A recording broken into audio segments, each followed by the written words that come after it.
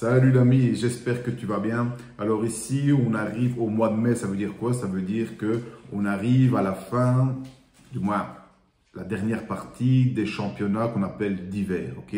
Donc Première Ligue, tous les championnats européens que tu connais, Ligue 1, Serie A italienne, etc. Ok, on appelle ça les championnats d'hiver. Ensuite, on va passer sur les championnats d'été. Ok, juin, juillet, août. Là, on passe sur les championnats d'été, Finlande, Japon, etc. Des championnats aussi très intéressants. Mais si je fais cette vidéo, c'est pour te dire de prendre quelques précautions en cette fin de championnat, des grands championnats européens. Je vais te dire quelles précautions tu dois prendre, mais avant, n'oublie pas de t'abonner à ma chaîne YouTube afin de promouvoir mon contenu. Merci d'avance. Alors, la précaution que tu dois prendre en cette dernière partie de championnat, c'est de t'assurer que les paris ou les trades dans lesquels tu rentres, eh bien, soient avec des équipes qui ont encore un enjeu, c'est-à-dire quelque chose à jouer. Tu vas éviter autant que faire se peut les équipes au milieu de championnat qui n'ont vraiment plus rien à jouer. Ça veut dire qu'elles ne descendront plus, puisqu'elles sont à 7 points et elles ne peuvent plus non plus jouer une place qualificative pour les Coupes d'Europe. Donc, ce qui est clair, c'est que pour une victoire, si tu places une victoire sur une équipe, ce qui est clair, c'est que tu vas éviter une équipe qui n'a plus rien à jouer. Ça n'a pas de sens. Ça, je pense que c'est assez logique, tu peux le comprendre. Si c'est un pari de type BTTS ou over 2,5, où en fait, ça peut aller des deux côtés, eh bien là, ce que je te conseille, c'est d'éviter les matchs où les deux équipes n'ont plus rien à jouer. Si une équipe a quelque chose à jouer, tu peux à la limite encore rentrer dans ce type de trade ou de pari. Et si les deux équipes ont encore quelque chose à jouer, là, tu es vraiment dans le cas idéal. Mais au moins, évite les matchs où les deux équipes n'ont vraiment plus rien à jouer. Pourquoi? Parce que c'est une sorte de match amical. Est-ce que tu veux vraiment trader un match amical? Personnellement, moi, non. L'avantage de nos jours, c'est que, eh bien, on a la Champions League, on a les places pour l'Europa League et on a en plus maintenant les places pour la Conference League, plus les places pour la relégation. Donc, au final, ça peut sembler une grosse contrainte, mais quand tu regardes bien, je vais te donner un exemple avec la Première Ligue. Quand tu regardes bien, il n'y a vraiment que quelques équipes qui n'ont plus rien à jouer. La majorité des équipes ont encore quelque chose à jouer au mois de mai. Ici, j'ai pris un exemple. Je ne vais pas te faire tous les championnats, tu peux le faire par toi-même. Je prends l'exemple de la Première Ligue anglaise. Donc, au moment où je fais cette vidéo, nous sommes le 1er mai. On a 38 matchs à jouer en Première Ligue et les équipes ont déjà joué entre 31 matchs et 34 matchs. Donc, il y a des grandes différences de nombre de matchs entre les équipes, mais ça veut dire qu'il reste entre 4 et, on va dire entre 4 et 7 matchs suivant les équipes.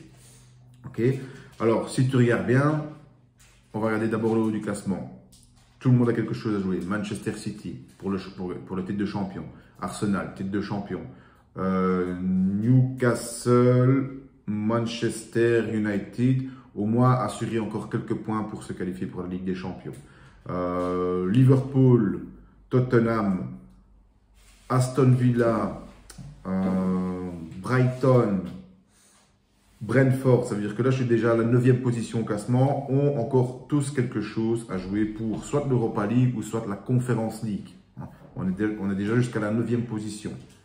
Ensuite, je vais regarder tout en bas. Donc pour la relégation, évidemment, se sauver, c'est un énorme enjeu. Alors, ce sont les 3 dernières places qui descendent en Championship, donc la Ligue inférieure, 20e, 19e, 18e position. Mais les équipes au-dessus ont très peu de points d'avance, notamment Nottingham, Leeds, West Ham peut encore descendre. J'irai même jusqu'à Wolves, à la limite Wolverhampton, qui doit encore assurer quelques points. Donc, jusqu'à la 15e place. Ça veut dire qu'en gros, les équipes que je considère en Première Ligue qui n'ont plus grand chose à jouer, que l'on peut éviter, ce sont les équipes qui vont de la 10e à la 14e place. Donc, ça fait 4 équipes, peut-être 5. Mais disons 4 équipes qui n'ont vraiment plus rien à jouer. Et dans certains cas, je te dis, si l'autre équipe a quelque chose à jouer, l'adversaire a quelque chose à jouer, il y a des trades qui peuvent continuer à être intéressants, notamment la victoire de l'autre équipe, notamment l'over 2,5, les DDS, etc. Donc toi, ce n'est pas une énorme contrainte.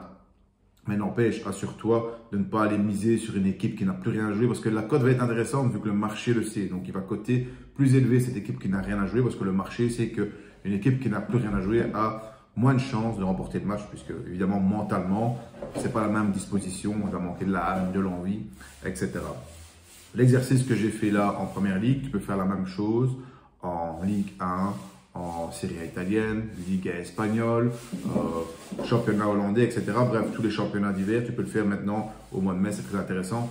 Tu checkes toujours le classement. Je te conseille de checker sur Flash Score, vu que quand tu regardes le classement sur Flash Score des championnats, tu as à chaque fois les positions, les places qualificatives pour les Coupes d'Europe, ou évidemment les titres. Et en dessous, tu as les places de relégation ou alors play-off pour relégation, etc. Bref, tu as tous les enjeux en fonction des positions au classement, donc c'est très intéressant et c'est à jour.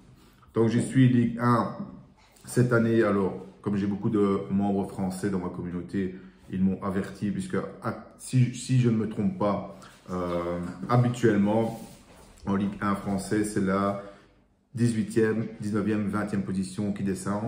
Et désolé, petit bonjour. Et cette année, tu as aussi la 17e position eh bien, qui peut descendre en Ligue 2. Donc ça, c'est à noter. On m'a donné l'info. Je remercie tous les membres de France et je te passe aussi cette information du coup. Donc voilà, c'est tout ce que je voulais te dire dans cette vidéo. C'est très très important. Hein. Okay, l'enjeu au fin de saison, l'enjeu passe avant les statistiques de saison. Retiens toujours ça. Okay. Regarde d'abord l'enjeu, ensuite les stats de saison. Hein, parce que l'enjeu peut tout changer. Une équipe qui doit se sauver peut avoir perdu la majorité de ses matchs en cours de saison et devenir aller chercher vraiment dans les derniers matchs eh bien l'énergie nécessaire pour remporter quelques matchs, aller chercher les points. Okay, la survie, ça donne beaucoup de force aux équipes de foot. Idem pour les classes qualificatives. Donc l'enjeu beaucoup plus important que les stats de saison. Check bien l'enjeu à tout moment à partir du mois de mai dans les championnats d'hiver. Voilà. Moi, de mon côté, une fois que les championnats d'hiver seront terminés, et ça va être la meilleure période hein, pour les trades, pour les paris, c'est quand une fois qu'il y a de l'enjeu, ce sont les meilleures périodes pour les championnats d'hiver, pour essayer d'aller engranger le maximum de profit. Okay. En général, c'est là où on peut aller chercher un peu plus de buts. Okay. On peut aller chercher des victoires avec des grosses cotes. Et c'est là qu'on peut aller faire le plus de profit sur une saison. Okay. C'est vraiment la dernière partie de saison, le dernier mois. Mais c'est pas fini, hein. Beaucoup s'arrêtent là. Si tu t'arrêtes au mois de mai, le gros problème, au mois de mai ou de juin, le gros problème c'est que en juillet, août, tu vas être sans rien. Or, dans le monde, okay, le football se joue 365 jours sur 365, 12 mois sur 12. Surtout si c'est ton activité, enfin une activité quand même importante pour toi, où tu bases tes revenus là-dessus, eh bien, il faut éviter de perdre 2 mois. Et du coup, ce qui va se passer en juillet et août, c'est que les autres championnats d'été auront déjà commencé, vu qu'ils commencent avant juillet en réalité. Certains commencent déjà maintenant. Ce qui est bien, c'est qu'une fois que les championnats d'hiver vont se terminer, les championnats d'été auront déjà un nombre de matchs suffisant. Et moi, j'aime pas rentrer dans le championnat en début de championnat. Okay, j'aime bien attendre minimum 5 matchs à domicile et à l'extérieur. Donc, tu vois, c'est déjà 10 matchs faciles pour rentrer, donc la 10e journée, pour rentrer dans le championnat. Mais on arrive à ce moment-là, donc c'est super bien fait. Ça veut dire que juillet, août, tu peux passer sur Finlande, Japon, Chine, les championnats aussi sud-américains. Et crois-moi, d'un point de vue trading, paris sportif, ça change rien du tout. Ce sont des championnats très, très intéressants. Tu serais surpris de ce que tu peux faire dans ce type de championnat. Comme d'habitude, je te laisse dans la description de cette vidéo un lien.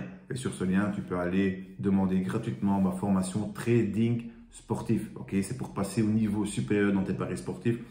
Le mieux, c'est de les trader en live sur une plateforme comme un betting exchange, par exemple Orbitix.